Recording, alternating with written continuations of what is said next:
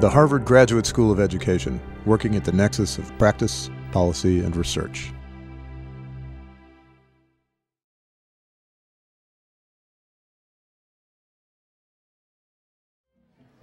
Good afternoon. Welcome.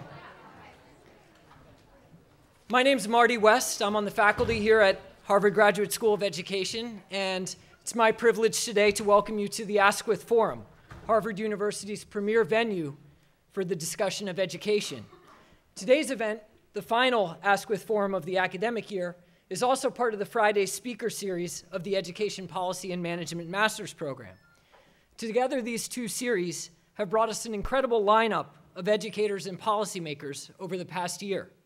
From Randy Weingarten to Michelle Rhee, from Marian Wright Edelman to Jeb Bush.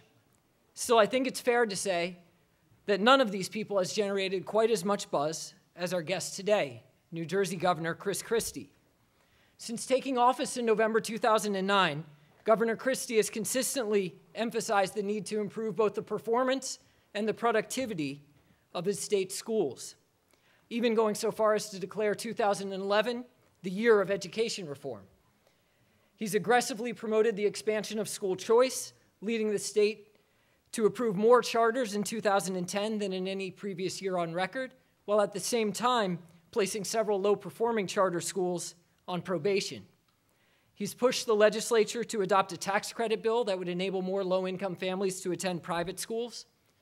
Earlier this month, he turned his attention to teacher quality, introducing legislation that would, among other things, overhaul the state's tenure system, ban last-in, first-out layoffs and forced placements, and mandate that evaluations be based in part on empirical measures of student learning and linked to compensation. Needless to say, some of his policies have been controversial. The state has been taken to court over its decision to reduce spending in high-poverty school districts. He's been criticized for targeting teacher benefits and accused of villainizing teachers in order to advance his political agenda. As anyone who spends time on YouTube knows, however, Governor Christie is a rare politician who welcomes a vigorous exchange of ideas. One might even say he thrives on it. So my hope is that that is what we can expect today.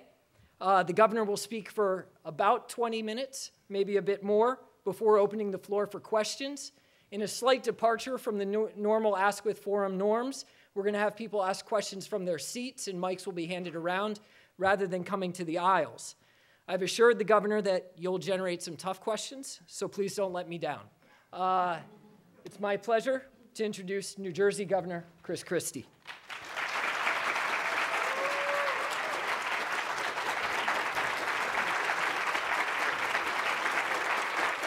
Thank you. Thank you very much. Thank you all very much. It's great to be here on a beautiful day here in Boston. And when I left New Jersey this morning, to my two youngest children, I have four children, 17, 15, 10, and 7. My two youngest children, Patrick and Bridget, are on break this week. And so when I was leaving this morning to come here, they were still at home and not at school. And so Patrick, my 10-year-old, said to me, "So what are you doing today?" And I said, "I'm going to Boston." He said, "What are you going to Boston for?" I said, I'm going to give a speech at Harvard.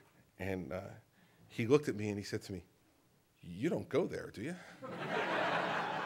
So I said, it took me about 30 years to get here, but here I am, Patrick. So I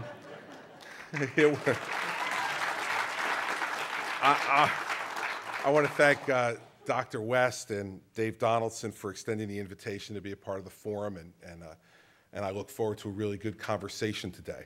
I have some remarks I'll make off the top and talk about what's going on in New Jersey and my views about the challenges that we face in K-12 education in our state and really across the country, but I'm going to reserve most of the time for you all to ask me questions. I really think it's kind of interesting to be here in Boston to be talking about this issue because I do think that there are now smoldering around the country the embers of revolution in the K-12 education system. And in the very same way that the British colonies needed to have revolution and the embers of that revolution were smoldering here over 240 years ago. Those embers of revolution in K-12 education across the country need to be stoked, and in some respects need to have gasoline thrown on them, because the need for revolutionary change in K-12 education in our country is as apparent as anything, I believe, in public life today. We are losing generations of children, and we are losing them as we speak. And as the baby boomers, which I guess I'm at the very tail end of that definition, stretching that definition to 1962, but that generation, which is generally considered one of the best, if not the best, educated generations in American history, as we all begin to age out of our productive years in driving America's business and industry and academics and our economy, what is there to follow that generation for Americans, and how will America maintain its primacy in innovation and economics and industry across the world, and as a result, as a leader then of political thought across the world, if we don't have an equally well-educated populace to be able to follow the group that has led America over the past 40 years. And let me report to you from the front lines that we don't. Maybe present company excluded, but we don't. And the risk that that runs for our country, in my view, is much more significant than the other more obvious, more apparent risks that face America and challenge our freedom, our liberty, our democracy.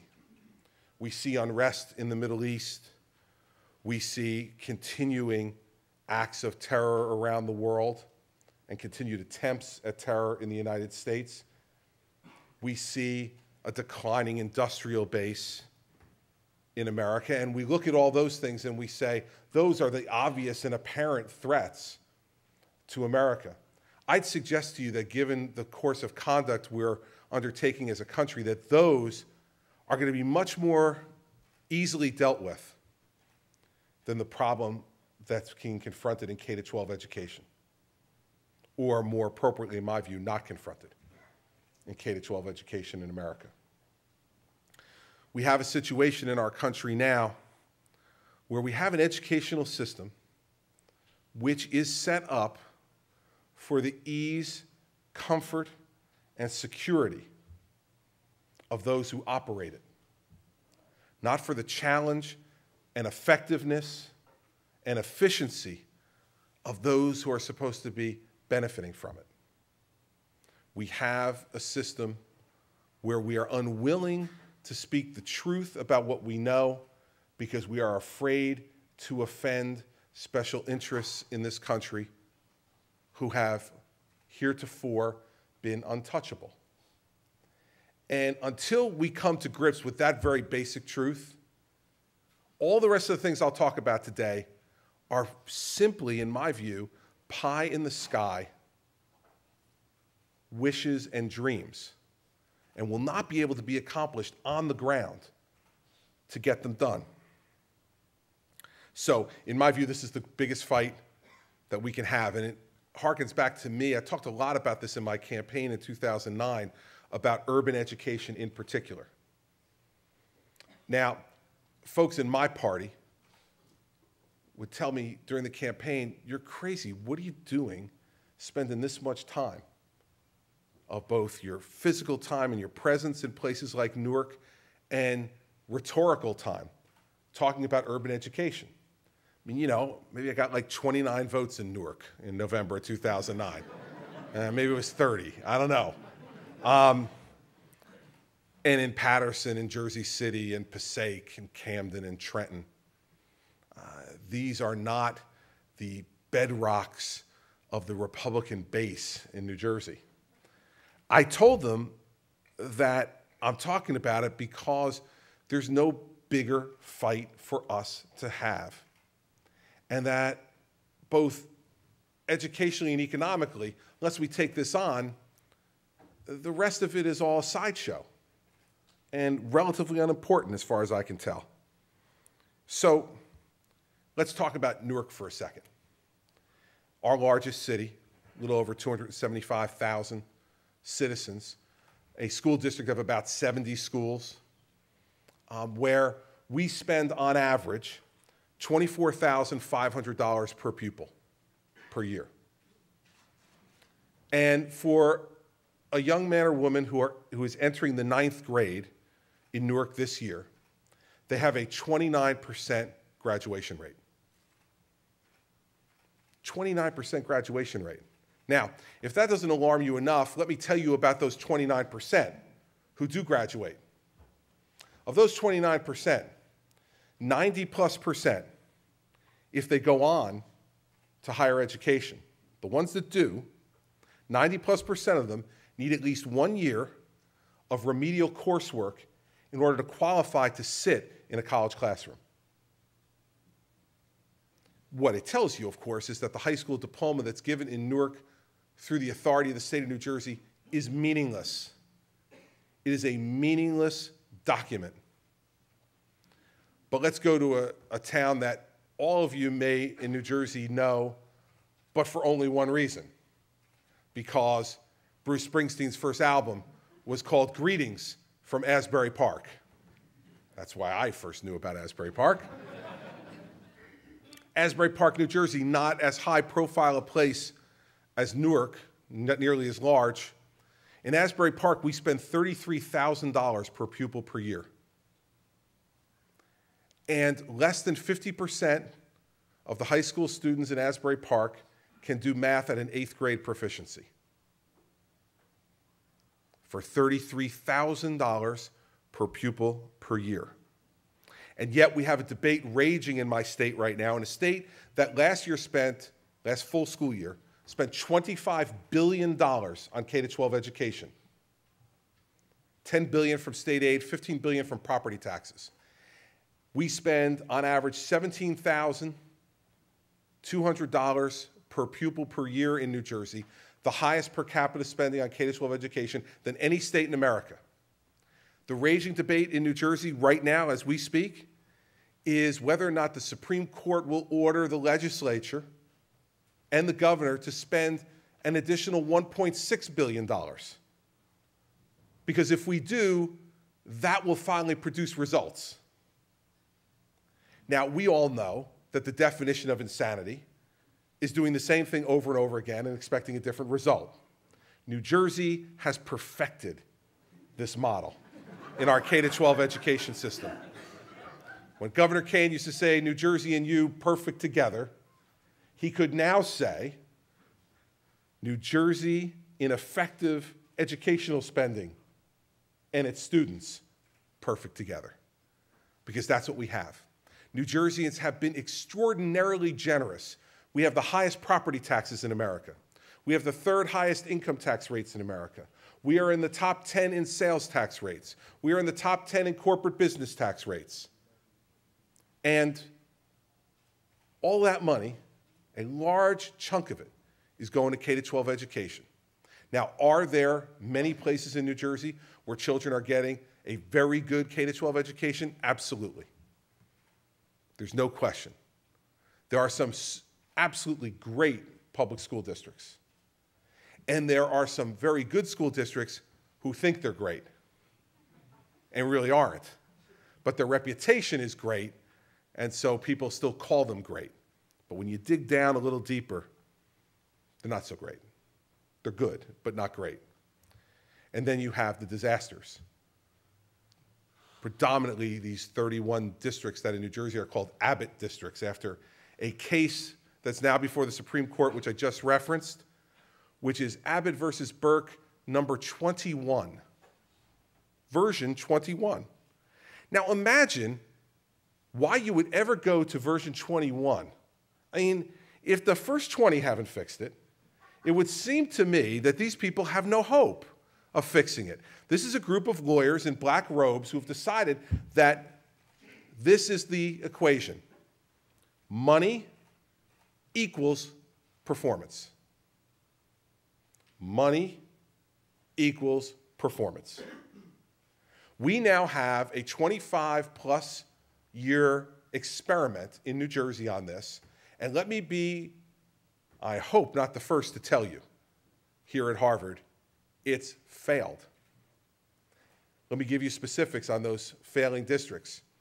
Of those 31 districts, in 1988, 22 years ago, they got 36% of all the state aid in New Jersey, which at that time amounted to about $800 million in direct state aid.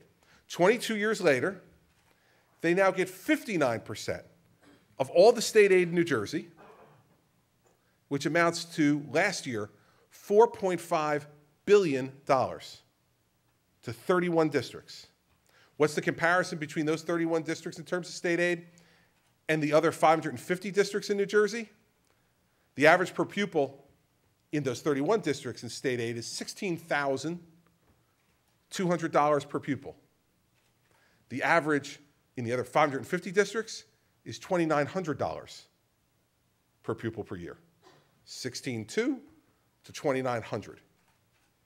Yet, what the Supreme Court in New Jersey will tell you is, if we just bumped up that $16,200 a little bit more and took it from the $2,900, we'd reach what they like to call parity. It's parity unless you're in a classroom there. It's parity unless you're trying to learn. It's parity if you have no hopes and dreams for the future. Then it's parity. Money is not the answer to this problem. New Jersey is the laboratory which proves the failure of that experiment. No one spends more, and in our urban districts, I suspect very few achieve less than what we're achieving in New Jersey. And so, if you've come to the conclusion that having 104,000 students in 200 chronically failing schools trapped there is not where you want to be in terms of our educational future, and if you've already spent $25 billion and you have a group of activist lawyers in black robes telling you $1.6 billion more and then we're really going to break the camel's back, that's the one that's going to send us over. If you know that's failed, then where do you turn to? I think what we've decided in New Jersey, or at least what I've decided, that we're going to stake our reputation on is changing fundamentally the way education is provided to students. First, we have to examine tenure. Now, in New Jersey, despite whatever the union will tell you, tenure is a job for life after 3 years and 1 day. It is a job for life. And here's the evidence of it. We have about 150,000 public school teachers in New Jersey. In the last 10 years, how many teachers do you believe were dismissed for incompetence who were tenured teachers? Now, just to keep it in context, that's 10 years at 150,000. That means they had 1.5 million opportunities to do this in the last 10 years. The answer is 17. 17 in 10 years. Now, do we really believe that we don't have 17 underperforming teachers in Newark alone in 1 year, let alone 17 underperforming teachers dismissed and losing their tenure in 10 years? There are really only two professions left in America where there are no rewards for excellence and no consequences for failure. The first one, of course, is obvious. It's weathermen. You all know this. You've seen it. They tell you it's going to rain tomorrow. You get your umbrella, you get your raincoat, you go out, and it looks like today. And you go home that night to turn on the TV, and the same dope is still standing there on TV saying, well, the high-pressure system moved that way, and that's why we missed the rain. I'm like, well, that's what you're paid for, man, to know how the high-pressure system's going to move and how the low-pressure system's going to move. That's what you're paid for. How could you mess this up? Now, most of the time, that just leads to inconvenience and a little aggravation. The second profession, of course, is teaching. And that leads to a lot more than inconvenience and aggravation. So here's what we propose in New Jersey. First, that we change the entire way that you evaluate teachers. Now, of course, you will hear from the union that Governor Christie wants to base all of the decisions regarding teacher effectiveness on test scores. And then we'll have to teach to the test. And awful things will happen when we have to teach to the test.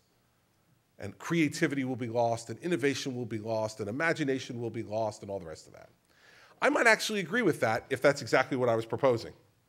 Except no more than 35% of any teacher's evaluation under my proposal can be based upon student test scores. No more than 35%. Our proposal says 50% on student performance, 50% on teacher practice. Let me tell you what I think that means and what it means in our legislation. No more than 35% of the 50% on student performance can be on test scores, standardized test scores. The rest must be in the other ways that you judge student performance, through their portfolio of work, through their grades, and other ways that teachers evaluate student performance each and every day. The 50% that remains is on teacher practice, because I recognize and appreciate that teaching is still a craft. It's a craft. And there are certain practices in that craft which have been proven over time to be effective.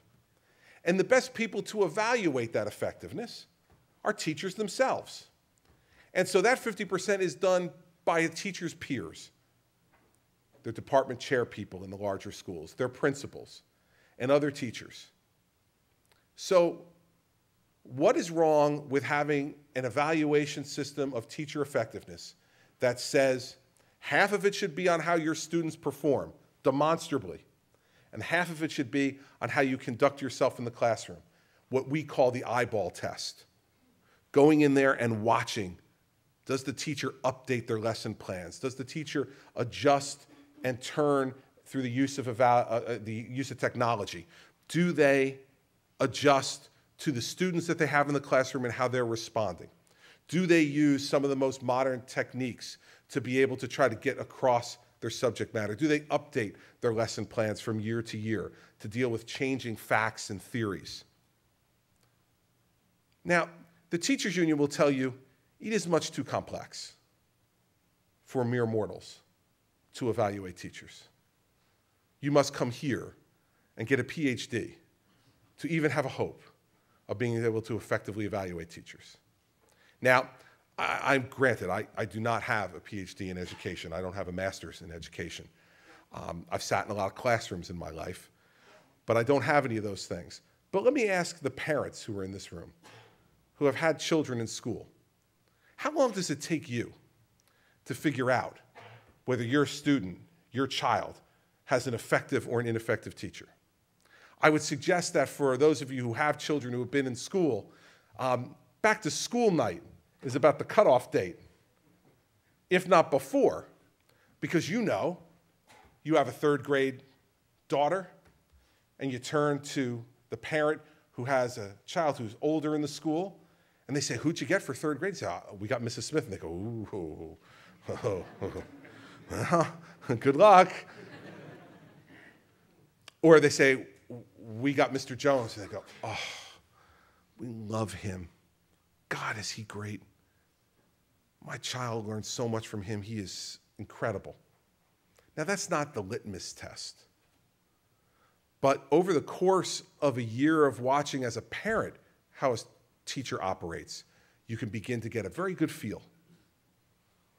And the current system we have, the union says no one can really evaluate it. And if anybody can, just leave it to us, we'll take care of it. But once they're tenured, it really doesn't matter anyway. Because we then go to the way we pay teachers. Now, moving from an evaluation system, if you want to try to differentiate pay, you have to base it on a solid evaluation system, and that's why we start there. Because there is no such thing as pay differentiation in the public schools in America, in the main. everyone gets paid based upon the frosted mirror test. If you fog up the frosted mirror, you are therefore alive. If you are alive, you get a step increase, because all pay in the public schools is based upon seniority. The premise that the older a teacher gets, the better and more effective they are. Now, in some instances, that's true. But in some instances, it isn't. Yet, when you talk about pay differentiation, whether you call it merit pay or whatever you call it, the teachers' union response is that will destroy morale in the school. Teachers will no longer collaborate and work with each other if they're competing for pay, for heaven's sake. Because I'm sure at Facebook, given the competition for pay, they no longer collaborate. They don't collaborate at Microsoft, I assume, or at IBM. They don't collaborate at Honeywell or at Caterpillar. It's ridiculous. Of course they collaborate. And I think that the union degrades their members by saying, because we will make differentiation based on performance and how people are paid, that will make them somehow bitter, angry people who will not enjoy their job and not work with each other to try to advance children's learning. What an awfully cynical, ugly characterization of teachers. Because I will tell you this, I don't believe any teacher goes into teaching to get rich. They go into teaching, I believe, most of them, because of the psychic value of being able to share your knowledge with children and watching those children learn and respond to you. And so to say that those teachers would stop collaborating and stop working with each other merely because there's an opportunity for the better ones to be paid more is just, to me, ridiculous. There's been lots of conversation in my state about the idea that I don't like public schools and I don't like public school teachers. You know, I'm a product of the public schools in New Jersey, a proud product of the public schools in New Jersey. And on election night, when I was elected, there were only 4 or 5 groups of people that I actually thanked.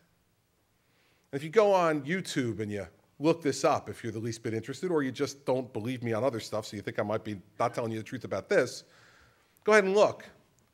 On that night, before any of this argument and debate started, one of the groups of people I thanked were my teachers in Livingston, where I grew up, who I said, along with my parents, laid the foundation to give me the opportunity to become the 55th governor of New Jersey. Lots of people to thank on election night. If I didn't respect and love the teachers who helped me develop through my 13 years of public school in Livingston, I would not have taken the time to thank them. Now, it doesn't mean, though, that I believe that the teachers' union is acting in their interests. They're not. In fact, I say all the time in New Jersey that the teachers in New Jersey deserve a union as good as they are, and they're not even close. Because when you say you can only go for a pay system which pays people purely on seniority, which we want to end, and our proposal says should end based on those evaluations that we talked about before, then when you say that you're only going to pay them on seniority, you are disincentivizing people from achieving greatness. Because while I don't believe money is the main motivating factor why teachers get into teaching, they do have bills to pay. And there is a natural human resentment. The resentment I'm worried about is not the competition between teachers for that pay. It's when the really good teacher watches the really bad teacher.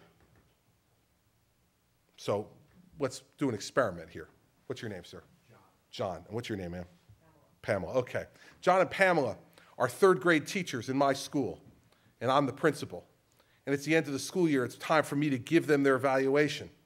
So I say to John, John, you've done an amazing job this year. You're extraordinary. Your students love you, and in fact, they achieve. They achieve extraordinarily. By every measure that we can measure them, they do extraordinarily well. You come well before the bell rings, and you leave well after it rings because you stay there to help them. Your lessons plans are always updated, and they're interesting, and get the kids' interest. And the parents, you communicate with them all the time by email and telephone to make sure their kids understand what's going on and that they know what's happening inside your classroom. As a result, people bang down my door as the principal every June, hoping that their third grader gets sent to your class. We're thrilled to have you as a part of our school, John, and I want you to come back next year, and I want to give you a 4% raise. Pamela. You, on the other hand, Pamela, are a disaster. You come in as soon as the bell rings, and you leave as soon as it rings. Your lesson plans haven't been updated for years. Parents can call and email you 5 and 6 and 7 times, and you don't respond. When I call you down to excoriate you about it, you call your union representative immediately. Your children don't achieve nearly as well as John's, and when they go to 4th grade, they're not nearly as well prepared. Parents knock down the door about you too, except they want their kids out of your classroom, not in it. And as many times as we've tried to come to you and say, we'll give you extra help, we'll work with you to try to make you better, you're convinced you're as good as you can be, and you don't really care. We'd love to have you back next year, and we can give you a 4% raise. It's funny, except that's what's happening in public schools all across America right now. Right now. The union structure does not permit me to make differentiation between John and Pamela. I'm not worried about Pamela. She's a lost cause. That's true, Pamela. Now, Pamela, it's true. I've come to the conclusion, just in our short interaction, that you are a lost cause. However, I am worried about John. See, because John is going to keep watching year after year him get paid the same and get treated the same as Pamela. And eventually, I'm worried that John just turns off and just decides, why should I stay the extra hours? Why should I do the extra work? It's not making any difference anyway. Now, I hope that doesn't happen, but I'm worried that it will. So when the union says, I want to eliminate tenure, that's not true. Here's what I want to do with tenure. Based on this evaluation system, I want to say, after 3 years where you're adjudged either effective or highly effective, you get tenure. And then for every year thereafter, where you're rated effective or highly effective, you keep tenure and keep all the job protections that go along with tenure.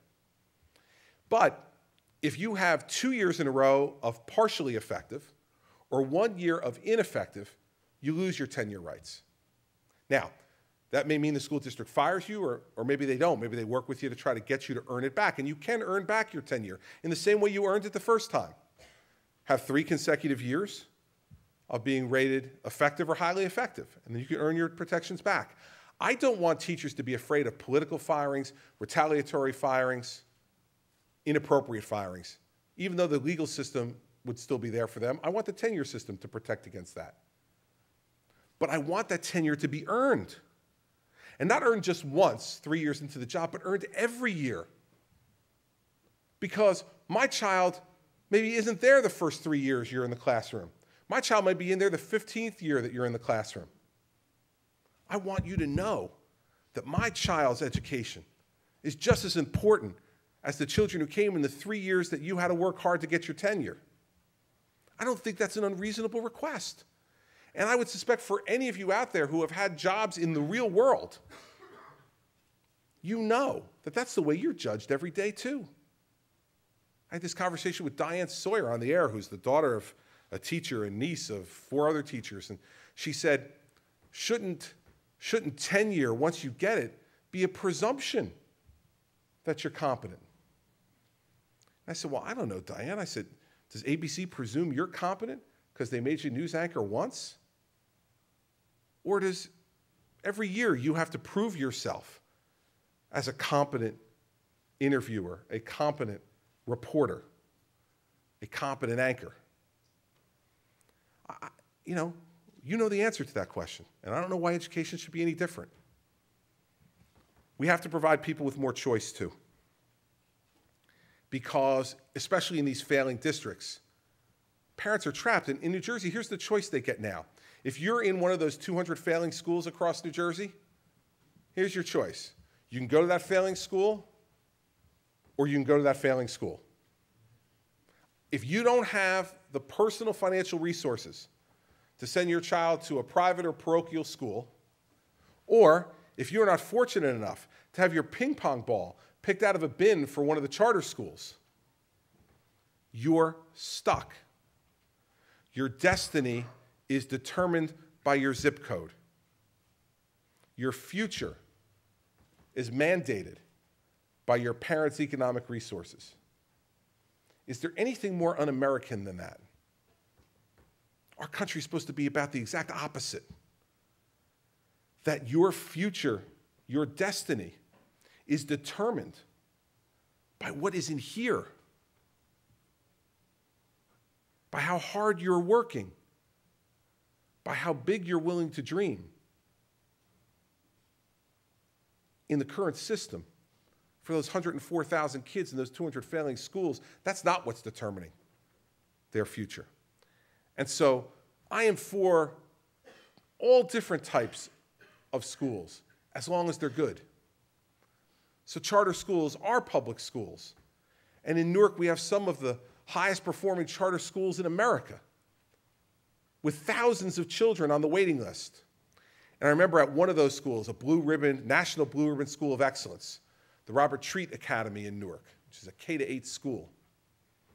I remember when I was the United States Attorney going for a visit there to talk about the dangers of gangs and drugs to these children who come from inner city Newark. And I met a mother there. And I talked to her about her son, who had been in the school for a few years at this point. And I said, how did he get in? And she said, well, like everybody, we went into the lottery. And I sat there that night in the gym waiting to see if his ping pong ball would be picked out of the bin or not. And I said, what was that like? And she said to me, Mr. Christie, I knew that whether my son's ping pong ball got picked out or not would determine whether he was going to go to college or go to jail. Now imagine any mother in America, let alone a mother who was living in a school district that spent nearly $25,000 per pupil per year. And she believed in her heart that her son's only hope of avoiding jail was getting out of the school that spent $25,000 per pupil per year and into the charter school that spends about $13,000 per pupil per year. That's why I'm for charter schools. Not because charter schools are the fix for public education. They are a building block to the fix, one piece of the fix. We should have more and we should have better ones to give people more choice, particularly in these failing districts. But they're not the panacea. And the bad ones should be closed. And we will close the bad ones in New Jersey. We have a proposal before the legislature right now called the Opportunity Scholarship Act, which is private corporations donating money to fund vouchers for kids in failing school districts to go to private or parochial school. Our Office of Legislative Services in our state has adjudged that the bill is revenue neutral. The tax credits that they get versus the money that will be saved for the children who leave the public school system. Yet, the forces who stand up against this, in concert with the union, are the people, ironically, who represent the children who need it most.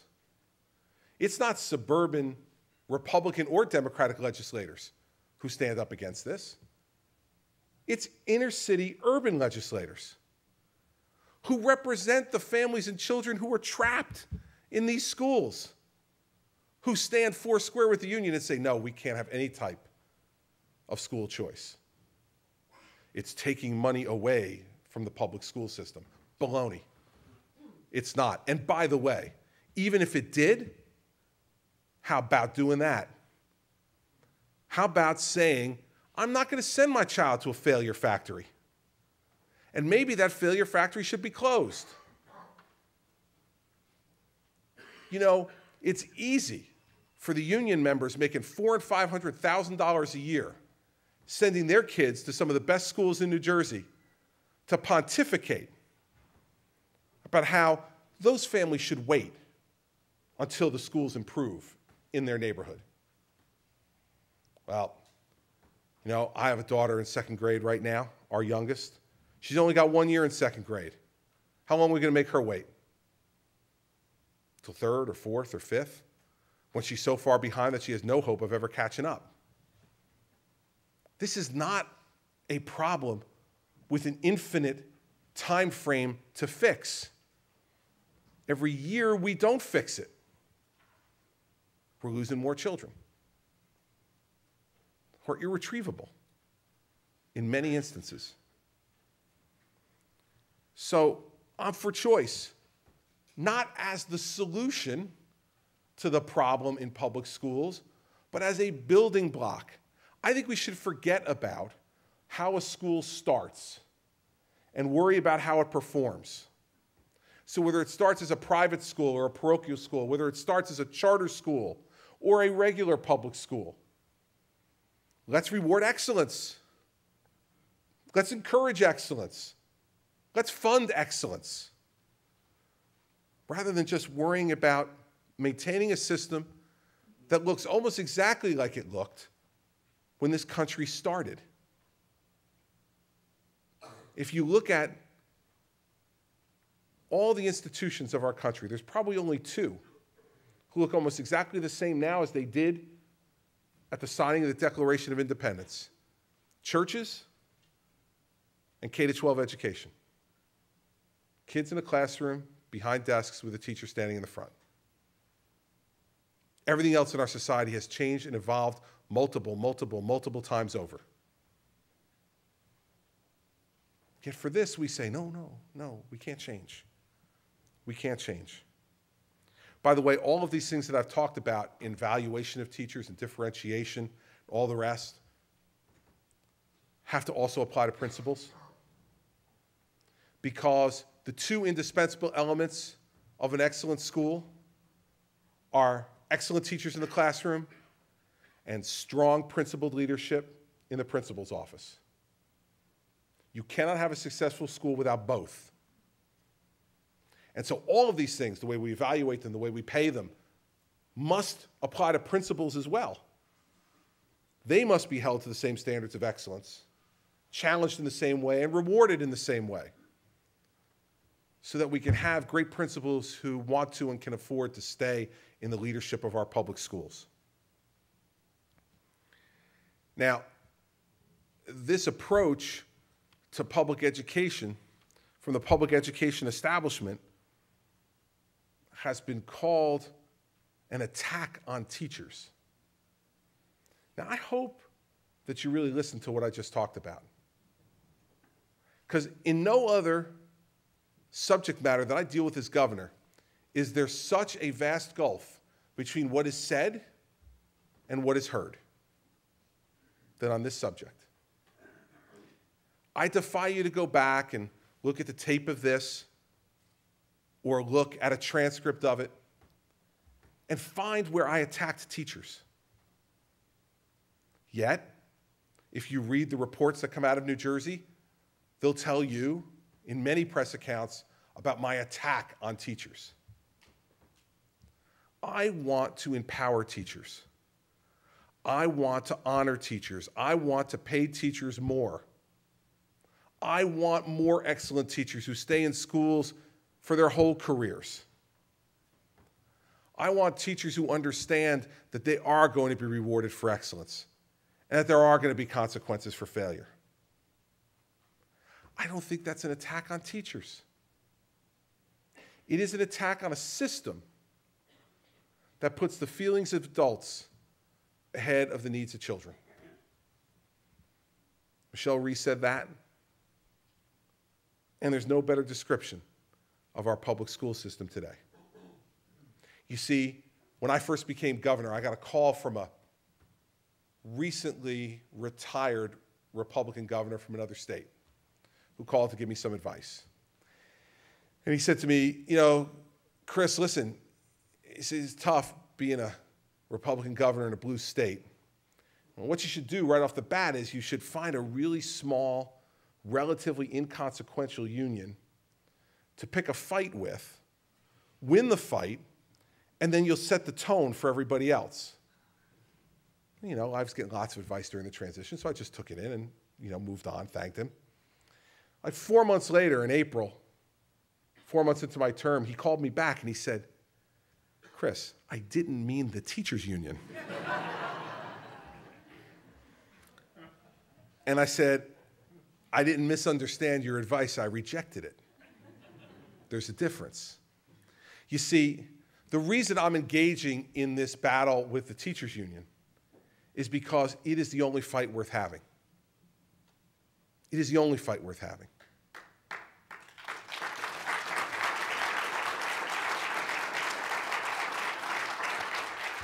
And the reason for that is because if we don't change what we're doing, failure will continue to follow. And I didn't come into this job for failure. I came into this job for success. And success will be defined in large measure by how generations after us succeed or fail. I can't sit around and wait any longer. I've been called impatient too. And I am impatient.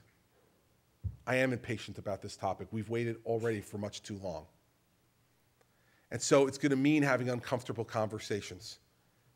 It's going to mean getting rid of underperforming teachers.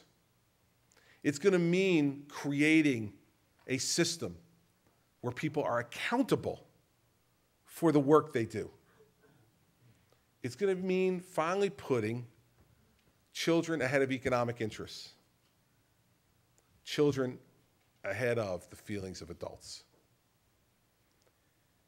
And so, you know, when the teachers union puts out their advertisements that say, New Jersey Education Association, it's for the kids. 4% and 5% salary increases in a 0% inflation world demanded by the union are for the kids. Free health benefits from the day they're hired till the day they die are for the kids. A pension system where they contribute 5.5% of their salary, yet collect benefits over the course of their lives that dwarf their contribution are for the kids. I mean, listen, let's call it what it is. They are there to protect the lowest performers and to protect a system of post-employment compensation that dwarfs anything that occurs in America today, in public or private industry. For you to believe that that's for the kids, you'd have to believe that a child will learn better under the warm, comforting knowledge that their teacher's paying nothing for his health benefits. It's crazy. Kids don't care about that. And if the union wanted to be as good as its members, they would be in this to try to make sure that every teacher at the front of every classroom is as good as they can be, that every principal in every principal's office is as good as he or she can be, that every kid is being addressed, acknowledged, and taught to their maximum potential. Instead, we have a system where we acknowledge the failure and we say it's too hard. It's too hard to do anything about it. It's too uncomfortable. New York Times Magazine did a story on me recently. Now, as a Republican, that is a moment of desperation and fear. You agreed to do this knowing that this could be the end of your life as you know it. As it turned out, I think, to be pretty fair. But they called me about a week and a half before and they said, oh, by the way, you're going to be the cover of the New York Times Magazine this particular week. Now more fear, because, you know, if you look like me, you're really worried about that picture. Really worried. That even turned out okay. But the thing that I liked the most about the story was the title.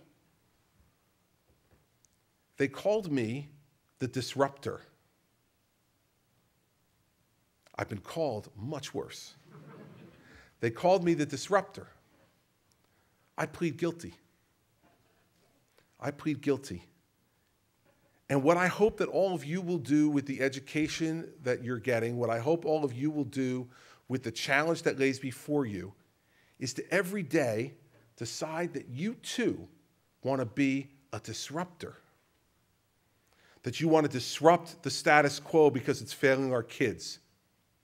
That you want to disrupt the comfortable, staid, failed teaching methods that are not working for our kids, that you want to disrupt a union that has become so fat and rich and entitled that it believes you have no voice of your own and must speak only through them.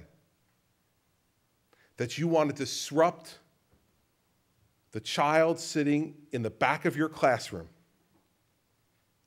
who has been ignored for years and is in that state of near coma that comes when a child's mind is not disrupted into action. So I came to Harvard today because you are among the leaders of our educational future. And if you're not disrupted yet, I want to disrupt you now. Because you being disruptors, I think, is one of the keys to an America in the 21st century, which will be as great as the America in the 20th century. And thank you all very much.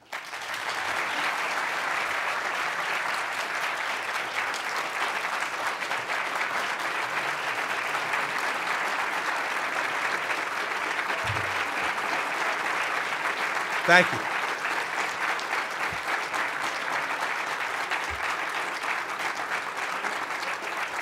Thank you. All right, so now we're ready for the entertaining portion of our program. You know, I have these town hall meetings in New Jersey. You may have heard about some of them. Let me just disabuse you of one thing. You know, what gets shown most of the time are some of my interesting interactions between me and my constituents. If you, and I'm sure there are plenty of people in this room who may, if you disagree with some of the stuff I've talked about, I want to hear it. I want to hear from you. And if you do it in a polite and respectful manner, you're going to get polite and respectful disagreement back from me. However, if you decide today is the day that I'm going to kick the disruptor around, let me just remind you, I am from Jersey.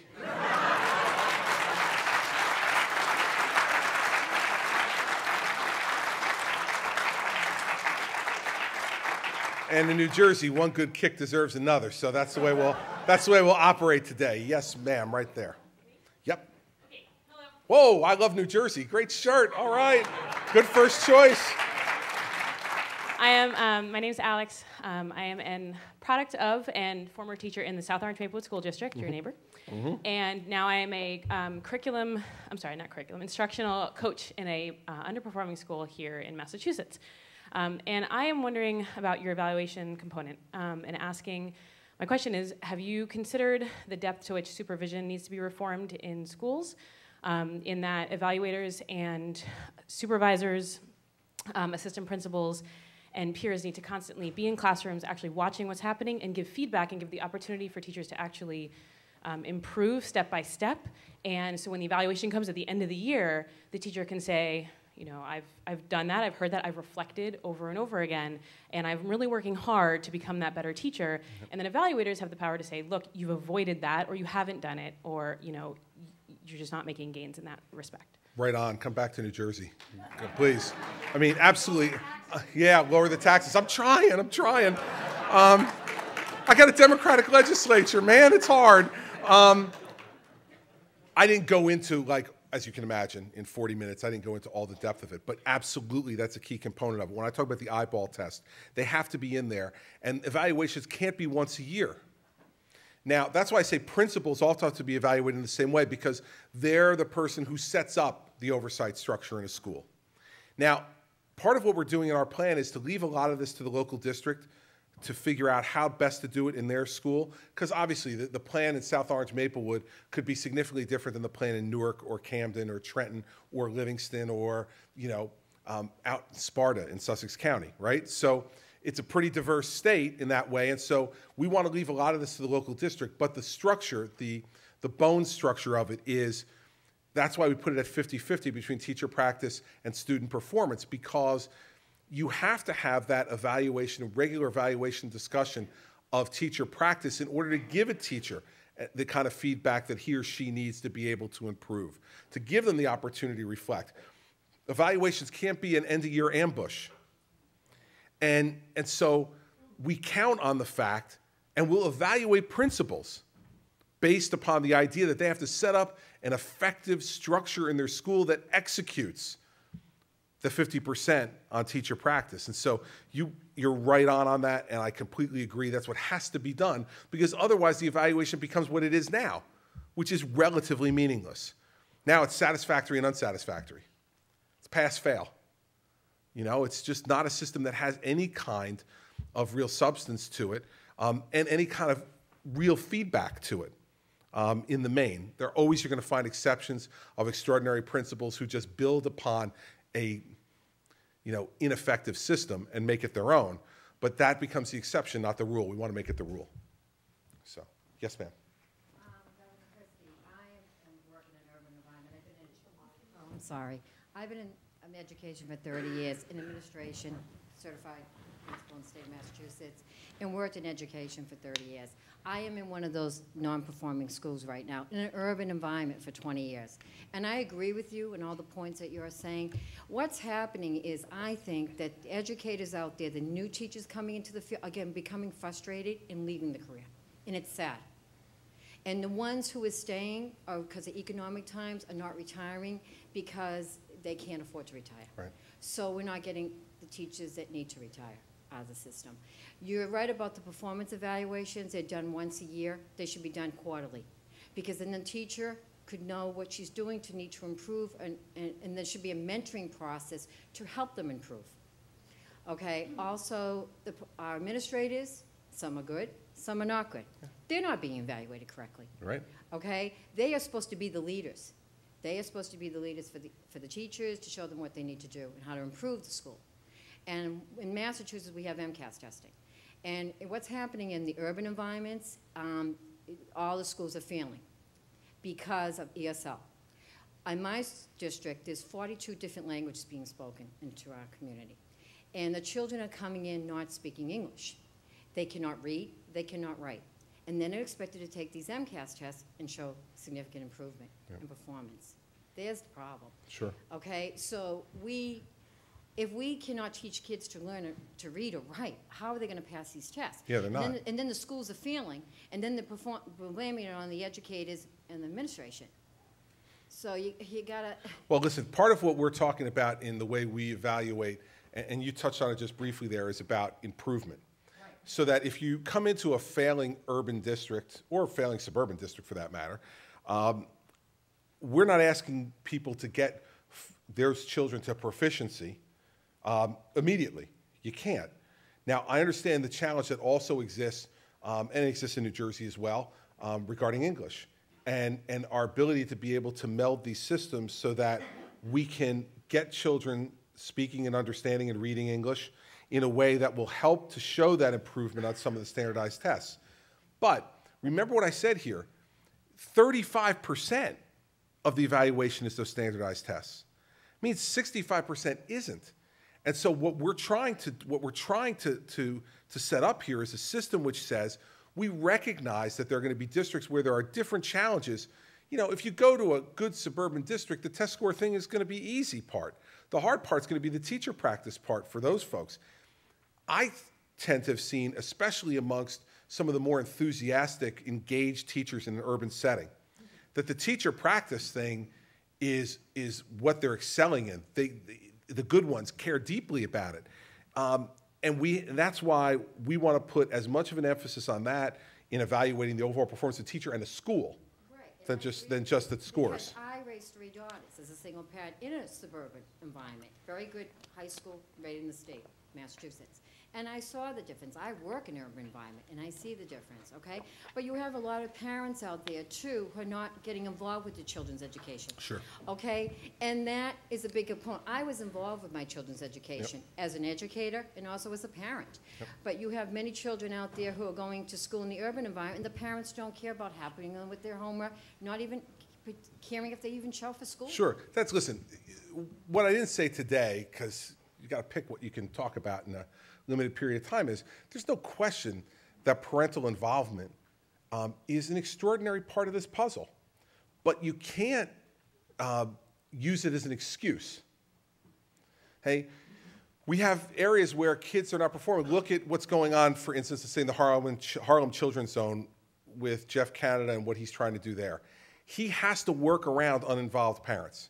Now, he's also trying to develop a culture of involved parenting by starting all the way in preschool and setting those things up and making parents be involved. And it's wonderful, the work that he's doing there. But he also, if you listen to Jeff, he will say that, saying that parents are a huge part of it is both true but can't be used as an excuse. Because the child has done nothing to earn the uninvolved parent. And so do we say that just because a parent's uninvolved, that child has no right to learn because it's just too hard? We've got to come up with ways to work around that, and I think we can. And you see in places like the Harlem Children's Zone and other places around the country, they are working around that. Now understand that there's a guy. Are you the Twitter guy up here? Yeah, there you go. So I was briefed. So I understand there's some questions potentially coming in on Twitter. So let's do that and see if we can get to that, and then we'll get to other live questions. Yeah, actually, the first question I wanted to pose to you comes from the Harvard Graduate School of Education's Facebook page, which is a question I think you were just beginning to touch on. What role should individual teachers and community members play in education reform, and specifically in turning around schools? Well, I mean, I think there's a difference between educators and individual community members, okay? From an individual community member perspective, you're paying the tab. So now you have a right, I would say, to demand that something different be done in schools that you're paying for that are underperforming. And I think the most effective way to do that is to go to your boards of education and start to demand change and demand innovation and say, listen, this is obviously not working. What are we still paying for it for? Why aren't we using this money for something else? I mean, overall, I'm not talking about reducing the amount of spending in New Jersey on public schools. Let's just spend it so we get a result. I mean, New Jerseyans are incredibly generous. And so they've said over the years, I mean, just this past Wednesday, we approved 80% of the school budgets in New Jersey. People want to spend on education, but they want to get some result. From educators' perspective, I really think it's time for them to speak out as individuals. I mean, the time of the NEA and the AFT being the only way for teachers to communicate to the public is over. It's over. And, I just think there's more people who have to call the unions out on the carpet on this. I mean, for instance, last year we had a situation where we lost $1 billion in federal funding to K-12 education because of the expiration of the Stimulus Act. And my predecessor had put all $1 billion into the school funding formula. So now I got $1 billion hole in my school funding formula in a time of the worst revenues in the history of the state of New Jersey. So we wound up reducing school budgets by $820 million. Now, that wasn't something that I wanted to do, but I got to balance the books. And, Willie Sutton used to, when they asked him, why you rob banks? He says, because where the money is? Well, in New Jersey's budget, 1/3 of the state budget is K-12 school aid.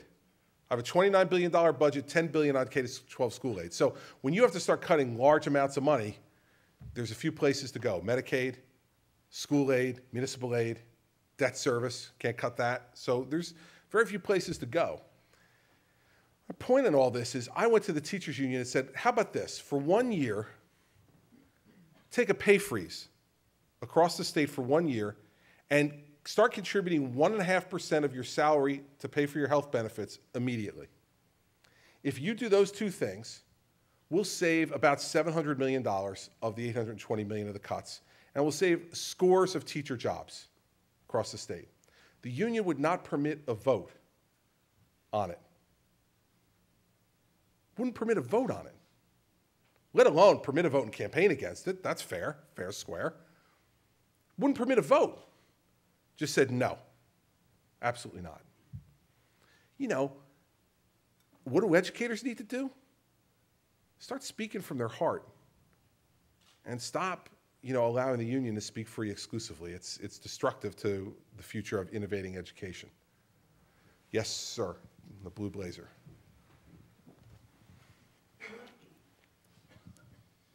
Given the federal, state, and municipal deficits and deficiencies you were talking about, is the nuclear option municipal bankruptcy?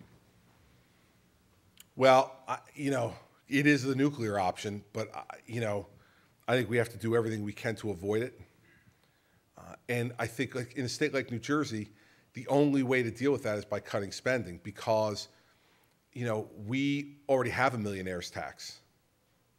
And now this is, of course, a specific New Jersey millionaire's tax. It's, you know, free for New Jersey, you know. It's special, right? We call it the millionaire's tax, and it's on small businesses and individuals who make over $400,000 a year.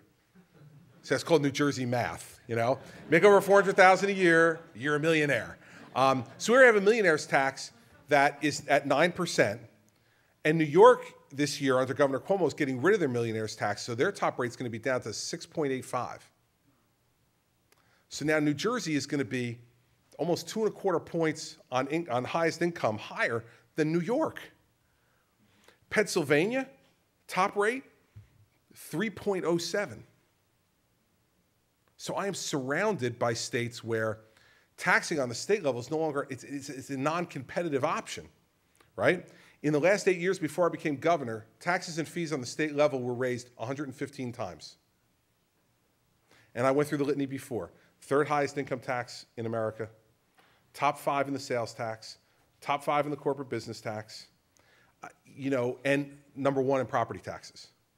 So the elasticity of taxation, I think, is stretched to the point of breaking, which is why you saw $70 billion in wealth leave New Jersey between 2004 and 2008, according to Boston College study. So municipal bankruptcy is the nuclear option. But I think well before that, what we have to do is to cut back on the spending that we're doing at every level of government and understand that you're going to endure pain because of that. There's no easy way to do it. It's a painful thing.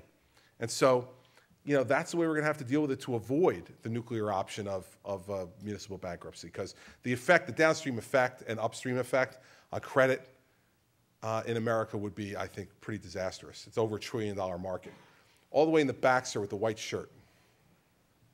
Hello, my name is Tim Kelly. I'm at the Kennedy School. I'm wondering, picking up on the theme of innovation and disruption, how do education entrepreneurs get ideas in front of you or in front of any politician that's education reform minded? Well, listen, I think that it's an extraordinary time right now to be able to do that because governors and as a result, secretaries or commissioners of education across the country are looking for those ideas and looking for those folks. I mean, I know that, you know, my commissioner of education is a guy named Chris Cerf, who was the deputy chancellor of schools in New York City under Joel Klein. So he's way open to innovation and to people coming in and showing, you know, all kinds of different ways that we can work on that. I mean, my suggestion is you reach out to the commissioner's office or the secretary's office in every one of the states that you're interested in making your pitch to and go. Because right now, these embers that I mentioned at the beginning of revolution are smoldering. And people want and have a hunger for this now.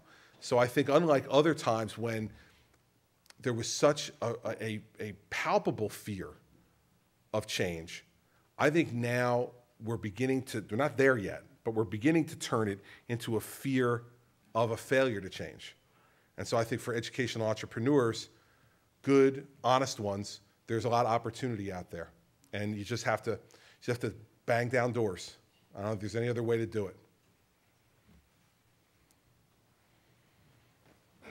So Governor Christie, you talked a lot about existing arrangements that need to be disrupted and described accurately, I think, the role that the unions play in protecting those in many cases. But one of the things you didn't mention is that virtually all of those arrangements were agreed to by elected school boards, right, that are in collective bargaining agreements.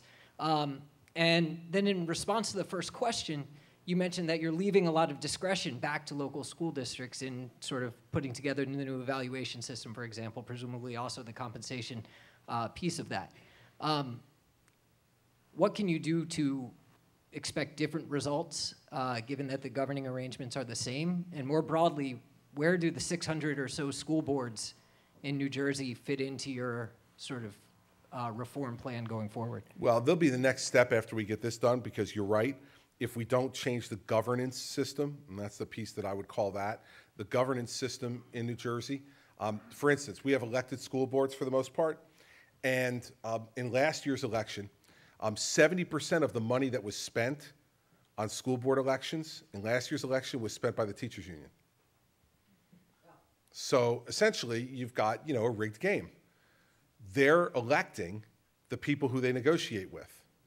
Now, part of the problem, too, is that it's not just those things existing in collective bargaining agreement. Worse yet, in New Jersey, we've codified most of it. And I think that most school boards now, under the fiscal pressure that they're under, are looking for ways to get out from under. So that's why these reforms first will lift the yoke of some of that. Then we have to go in and work on the school board governance issue. But even for me, there's about just so much you can swallow at one time. And politics is also about the art of understanding your limitations of how much you can do. If we can get the pieces I talked about here done, school board governance will be relatively easy. Once the ice is broken on teacher evaluation, tenure, pay differentiation, and school choice, the school board governance thing, while not insignificant at all, and you make a very good point, I think will be much easier to do, because then you will have a system that's now in flux, dynamic, and much easier to change than the one we have now. And so I made a choice about which thing to go after first. I guess history will judge whether I made the right choice or not, but that's the choice I made. Yes, sir, in the back, blue shirt. Here you go, wait for the microphone. What could be done to stop judicial policymaking from hamstringing reform efforts, as you described? Would it take a change to the state constitution? I love that question. God bless you. Listen, in our state, the Supreme Court makes it up as they go along. I mean, really, there's a portion of our state constitution which says that every child, the state constitution says that the state is to provide a thorough and efficient system of education from kindergarten through the 12th grade. What the Supreme Court in our state has morphed that into is an individual guarantee to every child of a thorough and efficient education, which they will determine what that means. And as I said earlier in the speech, what it means is spend more money. I mean, New Jersey has a Supreme Court that are the kings and queens of legislation from the bench. I mean, literally during the oral argument on the school funding case, which just happened last week, you had a Supreme Court justice say to the state's representative, well, why not a millionaire's tax? And raise $1 billion from the millionaire's tax and then apply that $1 billion to the school funding formula. Now, let's think about that for a second. You have an unelected, lifetime tenured judge who is suggesting from the bench what tax should be increased, upon what class of our society, in what amount, and then, as the coup de grace, also tell you how that money should be spent. I mean, hell, if that's what they're going to do, I might as well just go home for the next 2.5 years. They don't need me. They can do the whole thing themselves, right up there at the Supreme Court. The only way to change this is not to change the Constitution, because what happens then is they'll just reinterpret the Constitution to mean what they want it to mean. You have to change the people. The only way to do it is to change the people. And I have an opportunity to make 4 appointments to the Supreme Court out of 7 in my first term.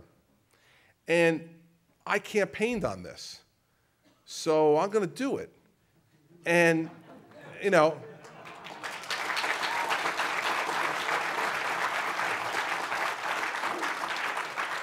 But the court is they are the architects of a failed legal theory that money equals quality. And you know what's happening now? No one likes to admit failure. So their ego is not permitting them to admit they failed. I mean, I don't get it, but, I don't think I'll ever be appointed to the Supreme Court either, so I guess I don't have to get it. You, sir, on the aisle, orangish shirt.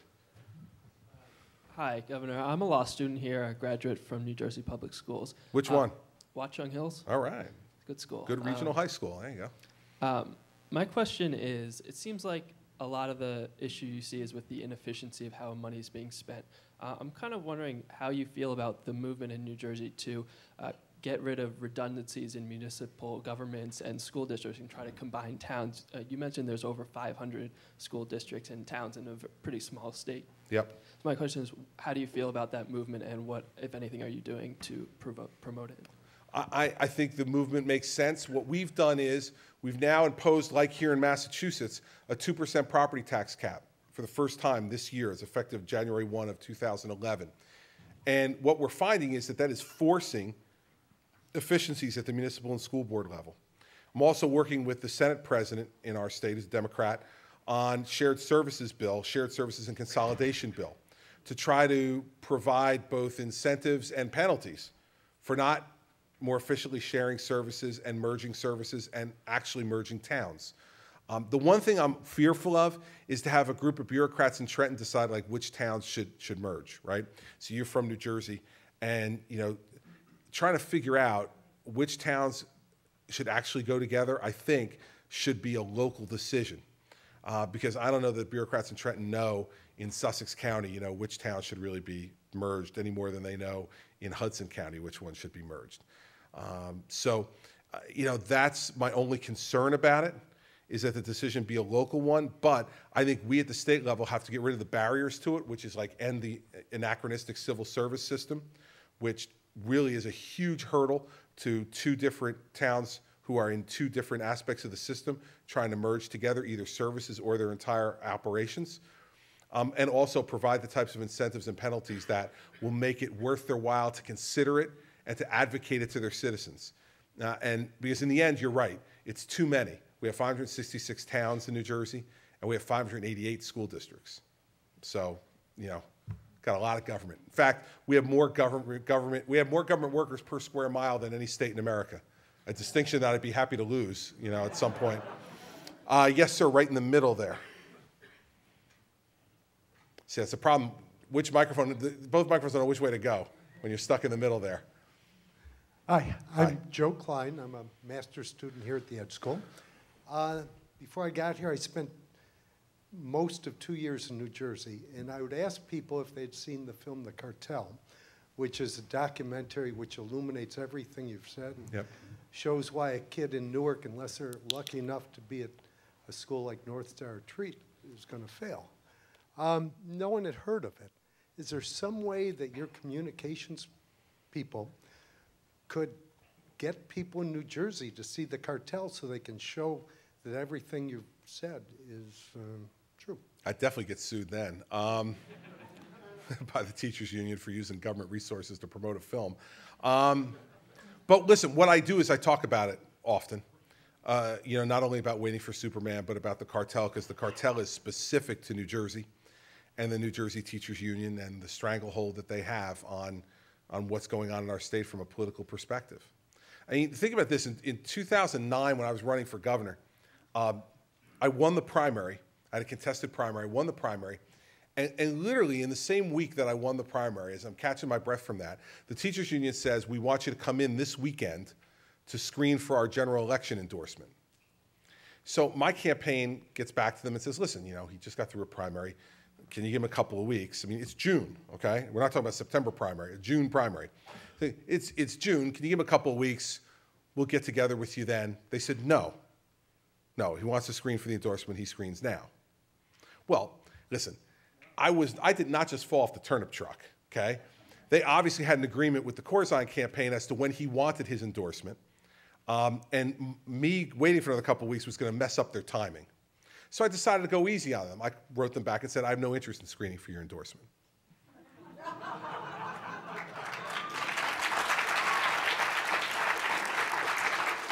And of course, the teacher union said, well, that means he hates teachers and doesn't care about teachers and what teachers feel in New Jersey. I mean, when you wonder from a distance why I'm fighting with these people, how about that as an example? I mean, are you kidding? It's a rigged game. They are a political thuggery operation. That's what they are. They collect. Just consider this for a second. In New Jersey, if you are a teacher, it is nearly mandatory to be a member of the union, and I'll explain what I mean by nearly mandatory. The overwhelming majority of not only teachers, but school employees are members of the teachers union, and they pay $731 a year in dues, deducted directly from their paycheck and sent to the union, wire transferred to the union, okay? Now, I say nearly required because you can get out. But if you don't want to be a member of the union, you pay 85% of $731 to get out, called a representation fee. So, but to me, for people my generation, it sounds like the Hotel California, right? You can check out anytime you like, but you can never leave, right? From that $731 a year, they raise in the state of New Jersey per year $130 million. Now, they don't contribute a nickel to salaries of their members, not a nickel to their members' pensions, not a nickel to their members' health care. So, what the hell are they using the money for? Well, if you lived in New York, New Jersey, or Philadelphia, you'd see it. Since I made my budget proposal in March of 2010 to today, they have spent over $10 million just on attack television and radio ads in New York and Philadelphia on me. Not to count what the scores of hundreds of thousands of dollars they've spent on mail and on internet advertising. This is an operation which rules through fear and intimidation. And so for the first time in their existence, they have a governor who's not going to go and cower in the corner and say, just don't hurt me too much, and I'll give you whatever you want. I said this a year ago. When you come onto the schoolyard, right, like I did in Trenton back in January 2010, you walk on that schoolyard for the first time, and you see a bunch of people lying on the ground bleeding and moaning in pain. And there's one person standing. That's the bully. Now, the question is, what do you want to do with the bully when you enter the schoolyard? Do you want to sidle up to them, try to be nice to them, and see if maybe you can get away with existing without them punching you? Give them your lunch money every day. Give them your homework. Give them everything they ask for, just so they won't punch you. That's one approach. My approach is, you punch them, I punch you. And that's why I'm taking on this fight, because you can't reason at the moment with these folks. There's no reasoning with them. And so the reason for that is because they've gotten their own way all the time. So this fight has to be had, because we have to sweep away the vestiges of a system which allows that money to dominate political thought and political action in our state. And listen, I'm either going to win the fight or I'm going to lose it. And if I lose it, I'll be a one-term governor who'll be out looking for a job at a law firm somewhere. But let me tell you, I could care less, because I won't be able to sleep at night if I decided to incrementalize and compromise the principles we talked about today just to get myself an extra 4 years in office. It ain't worth it.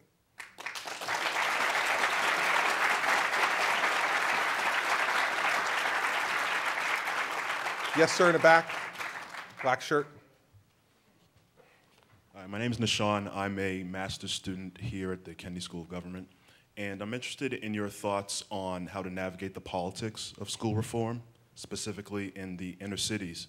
As you know, inner cities have a tendency to suffer the most severe consequences of failing schools, and you also mentioned how inner city legislators have a tendency to oppose school choice, although it would be in the best interest of their constituents.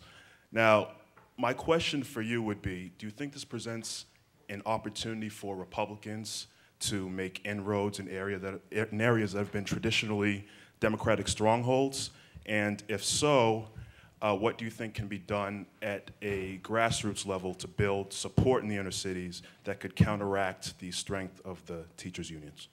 Well, as far as Republican opportunity, I think if there is some, it's incidental or just should become a consequence of your policy, but not a driver of your philosophy.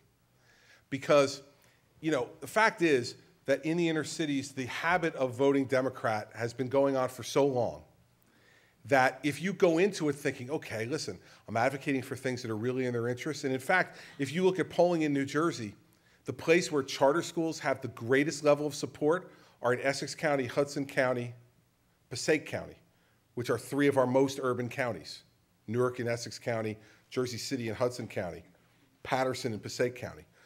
Those families, regardless of party, get it. Now, if you make your goal the idea that you're going to turn them to vote Republican, then I think you're looking in the wrong direction. What I think is much more possible is for them to pressure their Democratic representatives and say, we've had enough of being taken for granted. We've had enough of listening to the fact that you care about our children but are willing to do nothing for them. And I think if I, as a Republican, decide that I'm doing this because I want to try to turn folks from Democrats to Republicans in inner cities, my motivation is wrong, and as a result, my approach will be flawed. My motivation's got to be change those schools. I don't care whether Democrats change them, Republicans change them, independents change them. I could care less. I'm about changing those schools. Now, if ultimately, 15, 20 years from now, that leads to some gains in those areas for my party, fabulous. But I'm not optimistic about that, and I don't think that's the pathway to success. I think the pathway to success is to go to people in the inner cities and say to them, march on your legislator's office. Demand better. Because for some folks, you know, just their history would make them not want to vote Republican. It just, in some ways, in some areas of our state and of our country, their history doesn't permit them to consider voting Democrat. I mean, just, you know, you grow up in a house where your parents are voting Democrat all the time. They're telling you to vote for Democrat. And it's very hard to break that paradigm, and I don't think we should waste our time worrying about it, and I don't. I mean, I campaigned in Newark a lot in 2009, and like I said before, my party thought I was nuts. They're like, you're not going to win there. I go, of course I'm not going to win there. But when I do win the state, I want them to know that I'm their governor too. And the only way to prove that is to show up. So if, incidentally, some political gains happen, I'm not opposed to that. But I think that if that's the way you're thinking you're going to solve the problem, it's going to take too long to solve it that way. I have to move the hearts and minds of the people that they're most likely to vote for, and I have to work with them to move those hearts and minds. And that's the fastest way to get it done. And so I'd rather put aside the interests of my party in favor of the interests for educational change and make Democrats understand through the pressure from their constituency that this is not only an educational imperative, but it's a political imperative for them because people are demanding it. Now, neither of these are going to be easy to accomplish because of that historical redundancy of voting and because most people in the inner cities are working 2 and 3 jobs to keep a roof over their head. So to bring them into finding the time and motivating to get involved politically in that way is also a challenge, as it is across our entire country in terms of apathy. But in our inner cities, a lot of times it's not apathy. A lot of times it's literally not having the time, because for people who are struggling in this economy, they're working 2, 3 jobs to just make ends meet. So I understand your conversation, your approach in this conversation, but I think that my approach is going to be to try to persuade common sense, compassionate Democrats that enough's enough, that it shouldn't be a partisan issue, and that I'm not looking to make partisan gain out of it. The end of it, continue to represent those districts if that's what those districts want. But vote for what they need. And I care much more about that than I care about the others. So your question, and I'm not trying to say that your question implies, that's the only way to do it, but I think it's the lesser effective way to do it if you want to try to get results more quickly than not. But you're right that it's one of the real political challenges of trying to get education reform. All right, I can do one more question because I see it's 4:30. So, when I do these, there's a lot of pressure, right, on me because I got to pick the right person. But I want you to understand that the pressure is not just on me. Because with all these other hands up, if you ask a really lousy question, the rest of the audience is going to be like, you wasted the last question on that? Are you kidding? You, right there. Pressure is on you right now. Governor Christie, I want to thank you for being here today and communicating a powerful message. I think my question kind of comes in that message of it's hard to argue with the data. It's hard to argue with the concrete facts that you're spelling out. At the same time, I think using language like disruptor and battle and fight in some ways could prevent buy-in, which some would argue is what is kind of harming reforms from sustaining change over the long term. So I wonder if you think about that and how it's coming across, and if not that you have to lay down and let someone else determine what you need to do, but if perhaps in the way that you communicate with the unions and other stakeholders, could that potentially contribute to some of the changes that you're hoping to see? To answer the first part of the question, yeah, it is something I've thought about a lot. And I guess I haven't seen any signs yet from the other side that conciliation will be met with compromise, right? So I said in one of our larger papers in the state last week that I'm prepared to meet with the teachers union any time that they want to put forward a plan on tenure reform that goes beyond just changing the forum within which tenure is argued, which has been their only reform proposal. And I haven't received any phone calls since then. And in fact, the newspaper who wrote up the story thought it was, a significant change in tone on my part to have, offered that. And I haven't seen anything come back. In fact, what I've seen is another $1.6 million spent on TV ads, going after me. So I am prepared to ratchet down the rhetoric if I could get any indication that there's any interest in changing the failed system. And the problem in our state, I think, is that, like I said before, these folks are so used to getting their own way all the time, buying politicians through both campaign contributions and intimidation, that they feel like why should we give in because we'll win eventually anyway. And so that's why I've taken the approach I've taken. And I think your question is a really, really good one. And it's one that I've struggled with a lot more than people would suspect. But I have to first awaken the public to the fact that the house is on fire, to motivate them to put the pressure on these constituencies to make change happen. The real question is, at what moment do you become convinced that everybody knows the house is on fire? And when do you move to the next phase? And that's a really hard question. And the answer is, in the end, I don't know. A lot of this is kind of a gut feel from the way you interact with people and the way you negotiate and how public opinion gets formed and or moved. And so, yeah, it's one of, she passes the test, by the way, completely, because it's one of the best questions I've been asked about this in the whole 16 months now I've been talking about it. It is something I think about. It's not something I'm yet willing to change because I haven't seen any indication from the entrenched interests that they're willing to say, yeah, you know what? This has got to change. All the rhetoric that comes back is, our schools are great, we're doing well, there's no reason to change. And if you go look at and I invite you to go look at the NJEA website. I mean, that's what you'll see.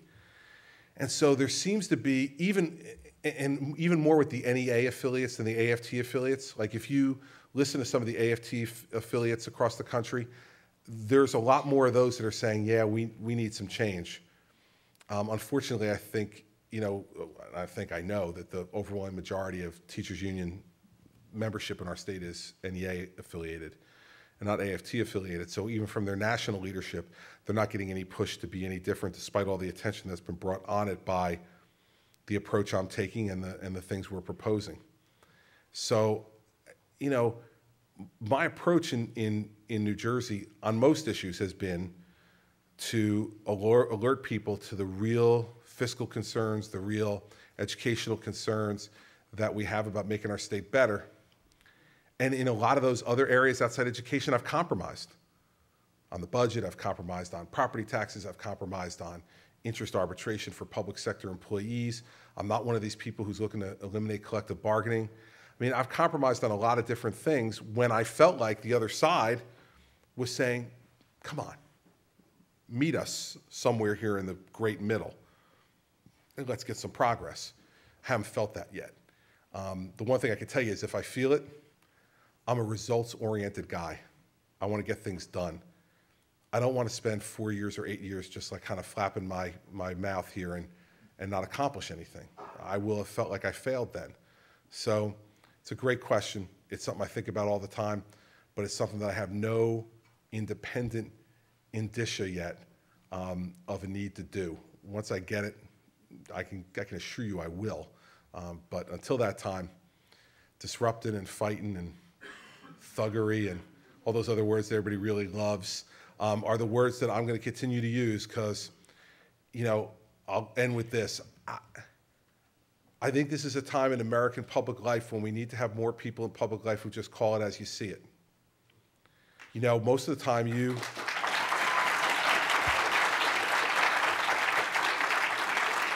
listen to politicians and I would suspect that for many of you, you just kind of glaze over because everything is poll tested and blow dried and, sounded almost exactly the same. And it's read off a teleprompter and it's prepared and vetted and all the rest of that. And you just say to yourself like, wow, I wonder what he or she really thinks. Right? I don't think anybody has that problem with me. All right? You can have the problem of saying like, I don't like what he really thinks.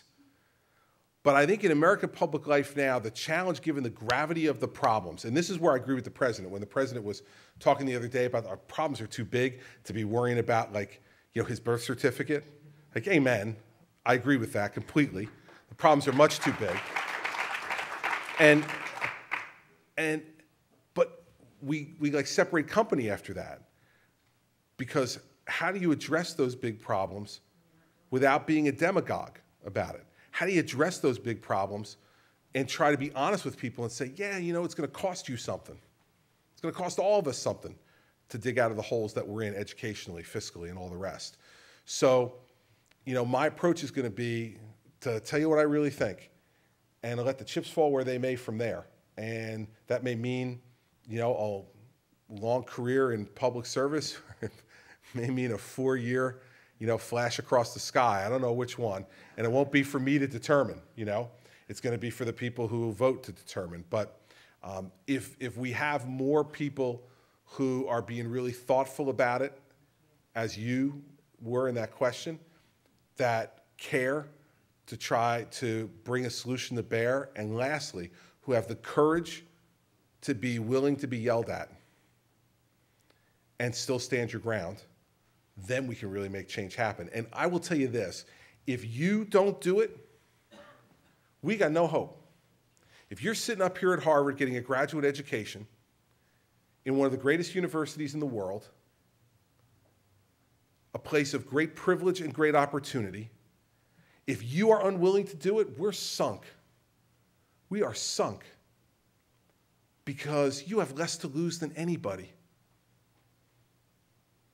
Less to lose than anybody.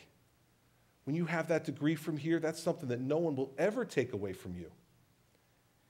And the aura and the substance of what comes with that degree will stick with you forever. So take chances. Take a little risk. Don't fear failure. Because, believe me, there's lots of people out there who are fighting who have a lot more to lose than you do. And if you aren't willing to put it on the line, then our country is going to be in really sad shape. So we're putting it on the line, and we'll see what happens. Worst thing that can happen is this, right? They kick me out, right? I mean, I'll get by. I'll get by. I'll make it. I tease in my town hall meetings all the time that there's only one thing left we're arguing over. You know, I'm getting the big oil painting in the State House. All right? I'm getting it. I already won once. I'm getting it. All we're arguing over now is the little brass plaque. All right? Does it say 4 years or 8 years? That's all that's left. Am I willing to compromise my principles and what I believe in and incrementalize and rationalize so it says 8 years rather than 4 years? Yeah, not worth it to me. So we're going to do what we need to do, and I hope you'll do what you need to do, because if we act in concert to make this country, once again, a daring, innovative, exciting, challenging place, there's nobody, China or anybody else in the world, who's going to be able to compete with the United States. But it's up to us. So thanks for having me today. I appreciate it.